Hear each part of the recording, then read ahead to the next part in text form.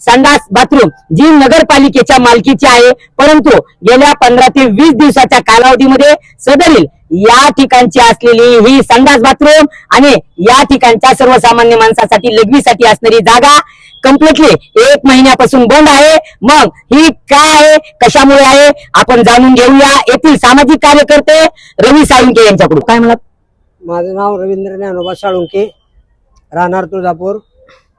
ही सुलभ शौचालय व मुतारी हे नगरपालिकेच्या मालकीचे आहे आणि हे ठेकेदाराला ठेका दिलेला आहे, पण त्या ठेकेदारानं काहीतरी चूक केली, गैरवर्तन केलं महिलाशी, असं काहीतरी चर्चा आहे।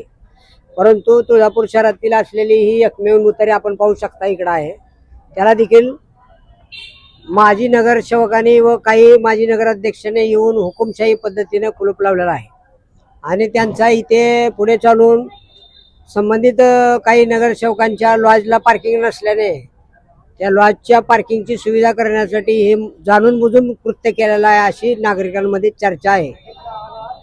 तरी माननीय मुख्याधिकारी यांनी संडास व मुतारी तात्काळ सुरू करावी ही विनंती। तुम्हाला काय वाटतं याच्याबद्दल?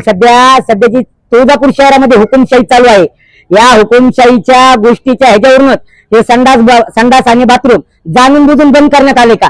हे जाणून बुजून बंद करण्यात आलेलं आहे, का तर जेणेकरून हे बंद पडावं व इथं पार्किंग करता यावी आणि त्या पार्किंग मध्ये संबंधित माजी नगरसेवकांच्या लॉजच्या गाड्या पार्क करता याव्यात।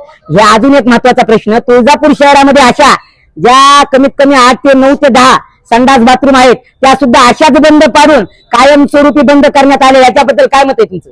तुळजापूर शहरातील निजामकालीन काही संडास व मुताऱ्या व चालूच्या सर्व काही माजी नगरसेवकांनी त्यांच्या स्वतःच्या व नातेवाईकाच्या दुकानाला अडथळा होऊ नये म्हणून बंद केलेले आहेत, बंद पाडलेले आहेत व तिथं अतिक्रमण करून तिथं नफाचे काही कर्मचारीच भाडं स्वतः घेत आहेत।